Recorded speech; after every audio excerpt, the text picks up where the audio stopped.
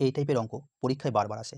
তো এই টাইপের অঙ্ক পরীক্ষায় এলে কিভাবে এর সলিউশন করতে হবে আমি করে দেখাচ্ছি। ওকে, দেখো 1.5টাকে এ ধরো, তাহলে এখানে হয়ে গেল এ কিউ, প্লাস 4.7টাকে বি ধরো বি কিউ, প্লাস 3.8টাকে সি ধরো সি কিউ। ঠিক আছে, মাইনাস দেখো 1.5টাকে কি ধরেছি এ, 4.7টাকে ধরেছি বি, 3.8টাকে ধরেছি সি। ওকে, দেখো A cube plus B cube plus C cube minus 3abc, এর সূত্র আছে। এর সূত্র কি? এর সূত্র হলো A plus B plus C. Okay, এরপর কি A square plus B square plus C square minus A B minus BC minus C A. Okay, এরপর দেখো নিচে দাগ দাও।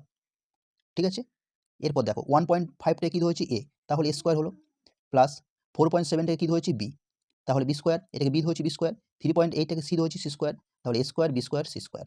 ঠিক আছে, মাইনাস মানে সেখানে ব্র্যাকেট দাও। দেখো 1.5 এ ধরেছি, এটাকে 4.7টাকে বি ধরেছি, তাহলে এ বি, মাইনাস 4.7টাকে বি ধরেছি, 3.8টাকে কী ধরেছি সি ধরেছি, মাইনাস 3.8টাকে কী ধরেছি সি, 1.5টাকে কী ধরেছি এ। ওকে, এরপর দেখো এই পুরোটা আর এই পুরোটা কেটে গেল, কি পড়ে থাকে এ প্লাস বি প্লাস সি। এ মানে কি? এ মানে 1.5, বি মানে কি? বি মানে 4.7, প্লাস সি মানে কি? 3.8। যোগ করলে কত হয়? যোগ করলে কত হয়? 100। দেখো একটার আগে দশমিক, একটা আগে দশমিক বসাও। ঠিক আছে, এই শূন্য কাটা, তাহলে অ্যান্সার কত হলো? 10। তাহলে এই অঙ্কটার অ্যান্সার 10। ওকে।